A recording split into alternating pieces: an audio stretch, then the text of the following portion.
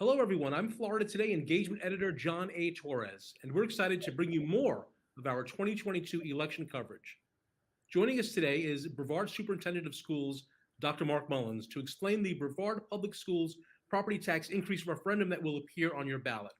Welcome, Dr. Mullins, and thank you so much for taking the time to be with us today. I really appreciate that. You're welcome, John. I appreciate you taking the time to have me on the show.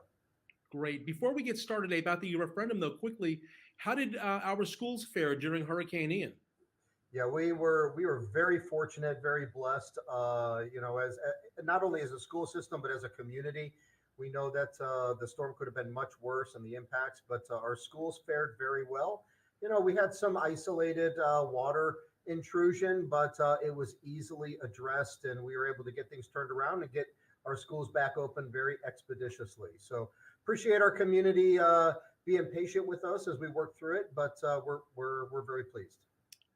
Great to hear, and I'm so happy that we were spared the evil brunt of that storm. So, about this referendum, exactly what is it asking voters to approve? The floor is yours. Tell us all about this. Yes, so thank you, John. On November 8th, on the general election ballot, there is a ad valorem millage increase request to our community, which would essentially increase the property tax assessment by 1 mil, and all of that revenue would go to Brevard Public Schools to address a wage compression challenge we have for our teachers as well as our other employees. And I know we're going to get into more discussion, but the title of the ballot item on November 8th is an ad valorem millage for teacher pay and other purposes. I see now and if I'm wrong, please correct me, but it's my understanding that the state already approved a wage bump for new teachers, but the problem is now that you have that increase, the new teachers are making almost as much or the same amount as experienced teachers, and so the property tax increase would give a boost to the experienced workers. Is that correct? That's correct, John. And we can't overstate the priority of our state to raise our beginning teacher pay. Just a few years ago, it was very slightly above $39,000 a year. That's a difficult beginning salary for a new college graduate, or certainly for a more of a second career type of educator. And so the state administration made it a absolute priority to raise beginning teacher pay. And now I'm very pleased to share that our beginning teacher pay is at $48,725, a significant improvement over the past. But now, although the state assisted with funding the raising of the minimum teacher salary, the revenue has not been there to be able to do what we need to compensate and recognize experience, expertise of our veteran teachers, those who have been with us many years. I see. So has Brevard seen an exodus over the years of some experienced teachers to other counties or states, perhaps? Yeah, we have. In fact, we're seeing even kind of a narrowing the loss of teachers kind of in that 13 to 20-year range, because they can go to private sector and begin kind of their own second career and still have time to prepare for retirement. So we're also seeing teachers leave us to go to Orange County, not far to our west, and Indian River to our south, because those two communities, those schools, two school systems currently have a millage assessment for incentive pay for educators. So we're competing against that as well. And when you say incentive pay, are the teachers paid more if they get a master's degree, for example, or higher education, credits? Yes, we do have continuing education supplements that a teacher qualifies for if their master's or doctoral degree are aligned with their teaching credentials. So they do get a small supplement when they reach that educational attainment. But we're really interested in compensating all of our teachers just as part of their regular base pay, because here's the reality. Although hypothetical, it is a real hypothetical. I have a 13-year teacher in one of my elementary schools right next door to a first-year teacher. And that 13-year teacher, in many cases, has one of the highest state recognized performance scores in impacting students' lives. And while that teacher is inspiring the minds and lives of 30 kids in front of her, she's also helping that brand new teacher next door to her work through the challenges and the difficulties of being a first year teacher, and shares her expertise and all of the resources she has found most valuable to help that neighboring first year teacher be successful. And the reality is, what separates those two teachers right now is just hundreds of dollars. And that's not what we should want or intend for our teachers who have devoted themselves to Brevard County, to Brevard Public Schools, certainly our kids, as well as continuing to bring their expertise to our classroom every day. So this is really about keeping Brevard's best for Brevard's kids. And it seems that would also raise the overall like feeling and like morale of the teachers, I assume, if they're getting paid for their experience and so forth. Well, absolutely. I don't think anyone would argue that the demands and the responsibilities and the requirements that have been put on our teachers have only increased over the last several years. And our teachers stuck with us through the toughest 2 years in our lifetime, through the COVID pandemic. They've been loyal to Brevard schools, dedicated to our kids, and now they're working even harder to help our kids make up some of that academic loss.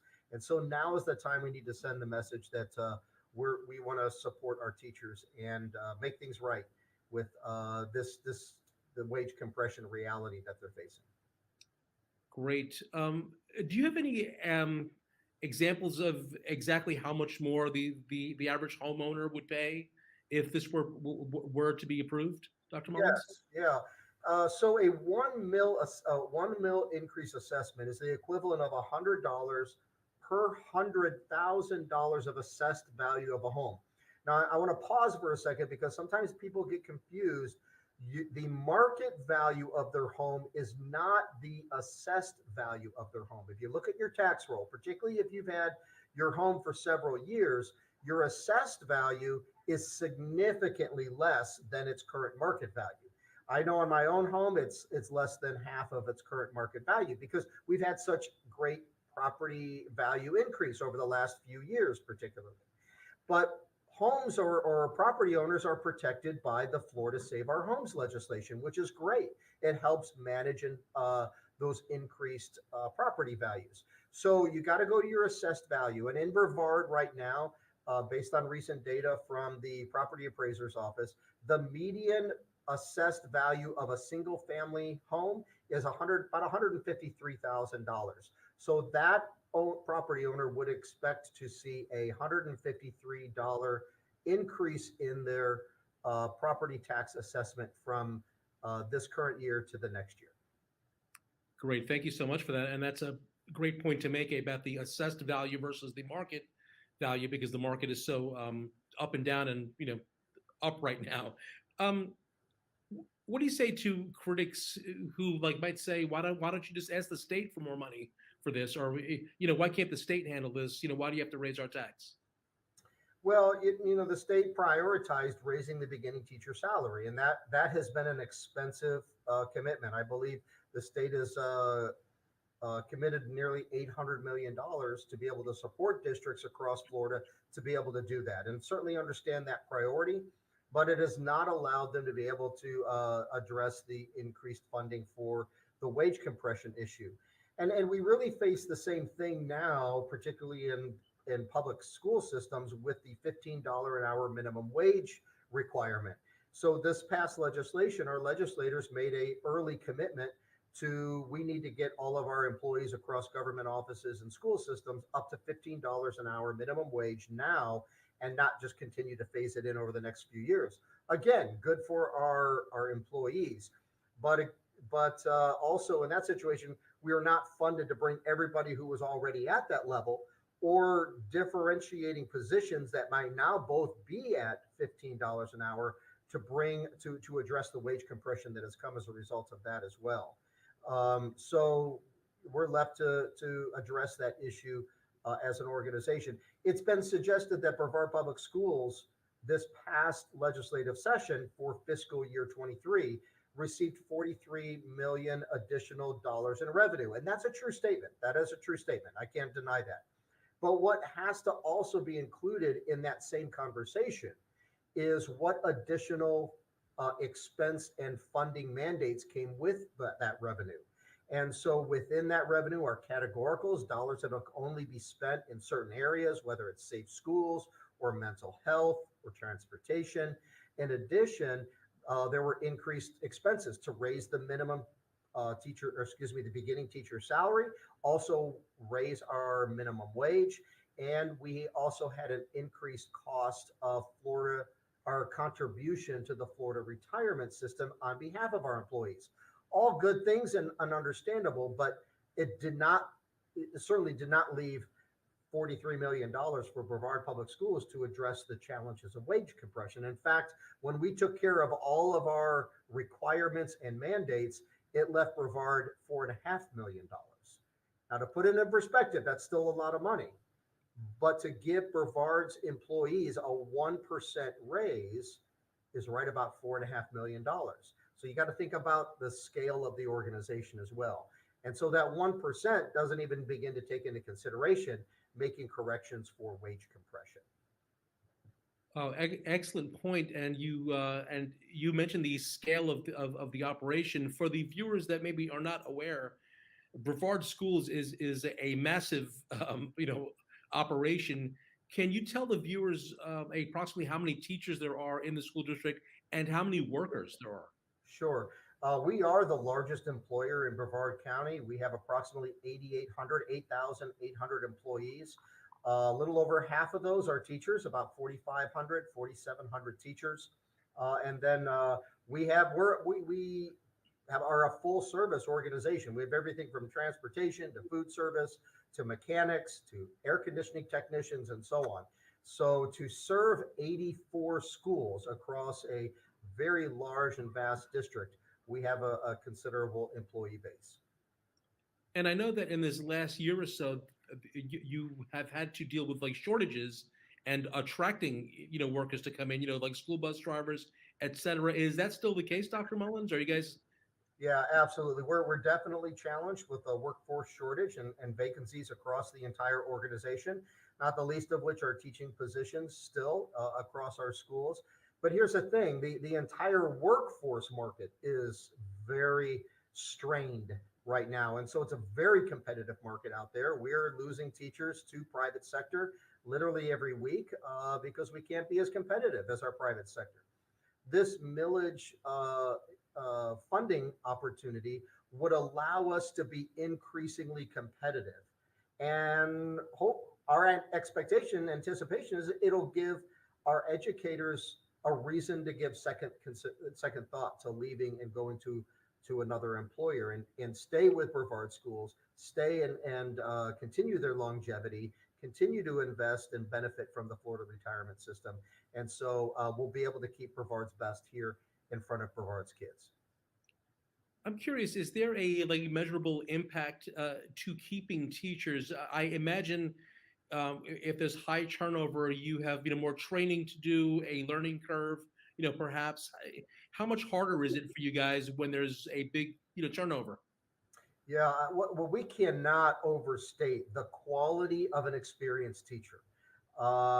It takes years to really hone the craft. I've been in Brevard a long time. Began my teaching career here as a first year teacher in 1994, and when I am introduced to former students who had me when I was a first year teacher, I have to ask, "Are you okay?" Because I know I wasn't your best teacher at the time, and I got better over my 7 years as an educator in the classroom.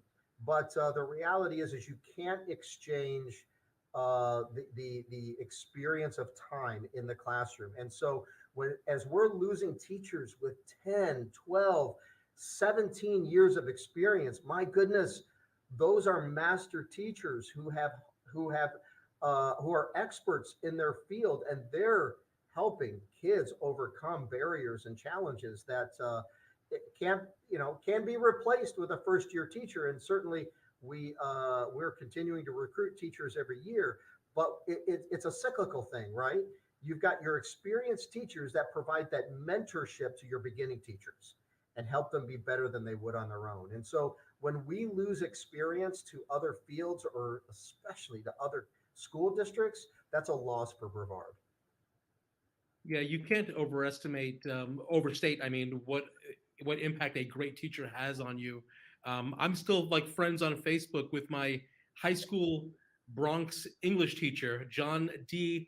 Palermo, who was just a fantastic teacher, just a great guy, and yeah, and so it's I think about those days often and his lessons and uh, our books that we read in class. He was just amazing. So it's I I You know, totally get it. I have the same experience. Mr. Thompson, my 10th grade Algebra 2 teacher, he's the reason I became a math teacher. I aspired to be a teacher like him. And so, yeah, there's no question that teachers not only inspire minds, but they inspire hearts. And their value to our kids is immeasurable. Algebra, huh? I actually blocked all of my math teachers on Facebook. I'm just kidding, but That's that because was you didn't have that was Mr. Thompson. dumb. What do you say to critics, Dr. Mullins, who say, we don't need to raise taxes. We can find extra money, like by trimming the fat in the budget. Let's say, how much fat is there, if any, in this budget? Okay. Well, John, I certainly welcome that conversation because when I came on as superintendent, one of the first things I did was dig into the district's budget, look at our staffing across the district offices and across the county to make sure that we were being responsible, we were being prudent with the resources we had. I take very seriously taxpayers' investment in their school system. They expect and deserve a return on that investment. And I also brought in outside third party analysts to look at our staffing. And I will tell you that we are lean in comparison to other districts, particularly as we're a district that is unusually long and narrow. That presents additional staffing challenges, not the least of which is in transportation. Yet we have one of the most efficient transportation programs in the state. And so all of that analysis has identified that we are very lean. We are very responsible with the dollars we have. Our cost per student, expense per student is appropriate and it's competitive across the state. And yet, with all of that, over the last 4 years, while I've been superintendent, we have cut budget. We have cut nearly $30 million from our operating budget to do things like give teachers a modest raise, to do things like invest in our self-insured health plan so that we keep it financially healthy and solvent for our employees. And so we have made some very difficult decisions along the way. I was making a presentation recently and I had some families ask that same kind of question, yet they also were disappointed we no longer provided busing for students to go to choice schools. And in addition, they were disappointed that we had to eliminate our media assistants in every one of our 84 schools a couple years ago. And I said, I understand those were hard decisions as the superintendent to bring before the school board. But those two cuts that you didn't like us to have to make only brought forward $2 million of savings. So, and that was 85 employees, and it was a service that impacted thousands of kids. And so when we think about what we're willing to give up as a community, what we have come to not only appreciate, but expect for our kids, it comes when you start cutting and taking away, it comes with a cost. And so I would offer this is an opportunity for our community to weigh in on an opportunity that wouldn't take away from our students, wouldn't take away from the opportunities we have available to them. And we can take care and address this problem here in Brevard for our teachers and keep our teachers in front of our kids. Well said. It's way too often that people ask for cuts and then they will gripe about them afterwards. Why the services are not available any longer. Can you break down the money? It's not all for wages, correct? Is there like a little sliver for technology or something in there? That's correct. I appreciate the opportunity to break it down. And I'll first say, I want to encourage our community, please, please, please Go to brevardschools.org website. You'll see a banner. It'll take you to a whole page that outlines everything, every dollar that is proposed or projected to come in with this initiative. We want our community to be informed. We want our community to understand the plan behind this revenue. It's all laid out on our website. But to give you an overview, we have 80% of the revenue to Brevard Public Schools set aside for compensation and benefits. That's approximately $43 million. But we also have 16% of that money, or a little over $8 million, set aside for student programming and some limited staffing for schools. Let me put it in perspective, because we talked about personnel a moment ago. This would be staffing that would be directly at our schools that would support our kids in early childhood, our earliest grades, kindergarten through second grade, as well as we're looking at, can we increase staffing for school counselors in our schools? Put it in perspective. We currently have a counselor to student ratio of 1 to 400. That is a terribly unenviable expectation, that have our counselors connecting and interacting with and supporting our kids. And we'd like to bring that number down. The American Association of School Counselors recommendation is 1 to 250. So we've got a long way to go there. In addition, 4% is set aside for technology, specifically in our classrooms, to fund and accelerate our Classrooms of the Future initiative. Right now in our schools, I have a very new school that has state-of-the-art technology, and our kids are benefiting from access and interaction with that technology. But at the same time, I have schools that are also 50 plus years old, and we've not been able to keep up with the technology investment in those schools. And these dollars would help us bridge that equity gap. Great, thank you for that. I've been hearing from some folks who say they wish that the school would have some more, mental health counselors. Would those be, part of the staff that is like present at the schools? Yes, it would definitely be on the table for evaluation and prioritization. Definitely, the school counselor, our social workers provide that direct service to our kids. Gotcha. Now, who will oversee this money and exactly how it's spent if it's approved? We have committed, and it's in the ballot language, so there's no getting out of it. If our voters say yes to this referendum, that we will establish an independent citizens oversight committee. Now, what that means is these are community members who make themselves available. There's an application process. They go through a selection process by peers, not superintendent, not even the school board. They are then recommended to the school board to be approved to sit on the Independent Citizens Oversight Committee just for the millage initiative. And they meet at least quarterly to review every expenditure and ensure that it aligns with what the ballot said it would and what we have put on our website and demonstrated it would be made available for. So that reporting happens independent of the school district. It's provided to the school board and presented to our community at least annually, but they meet quarterly and give reports to the school board directly. Gotcha. Thank you for that. If it's approved, how soon is the money available? When can you start, raising salaries?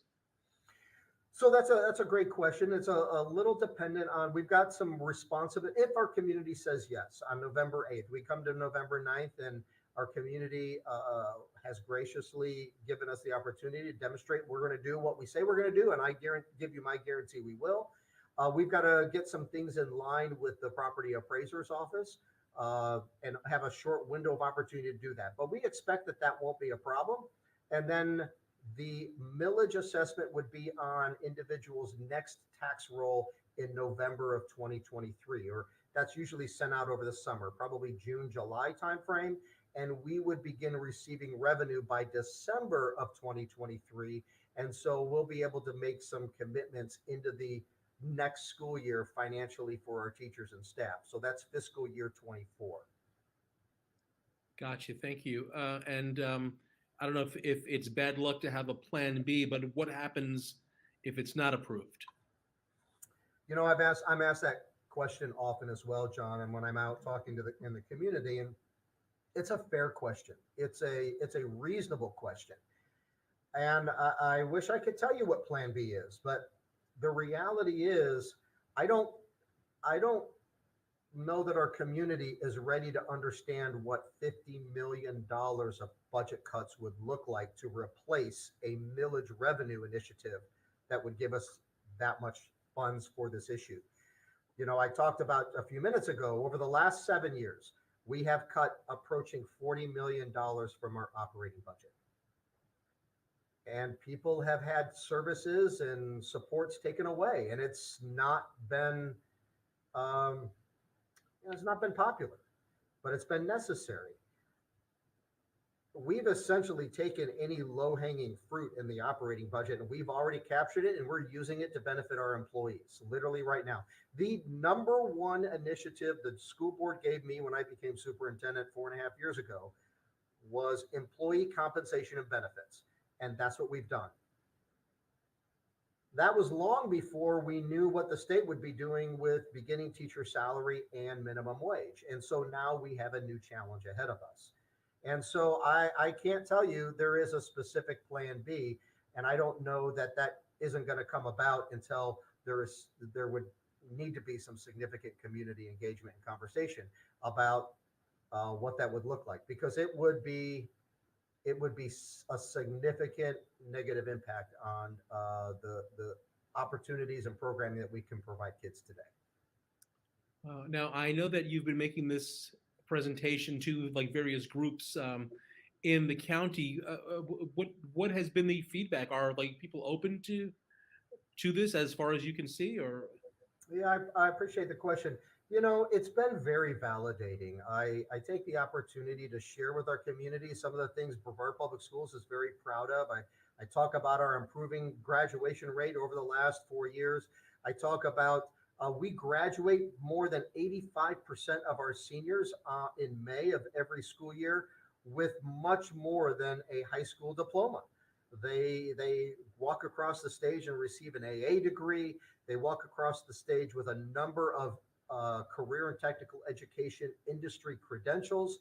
They walk across the stage with cords of scholar diploma recognition or merit scholar diploma recognition, and sometimes our kids walk across the stage and receive the multiple recognitions. And the feedback and the response from those that I'm talking to has always been very positive and affirming. Just a recognition and an acknowledgement of the pride that they have in their local public schools. And so I received lots of positive feedback about their own kids' experience receiving that Associate of Arts degree and how they're now doing in college, or how that career and technical education industry credential is helping them accelerate, go to the front of the line in competing for a job in the workforce, even out of high school. And so the feedback from our community has been very encouraging, not the least of which is pride in their schools. Well, fantastic. This has been super informative here, Dr. Mullins. Thank you so much for your time and all this information. And what is the website again that like folks can go to? Sure, www.brevardschools.org. brevardschools.org. Great. Well, thank you again. I'm John Torres signing off. We appreciate you joining us and checking out our stuff at floridatoday.com. Thanks.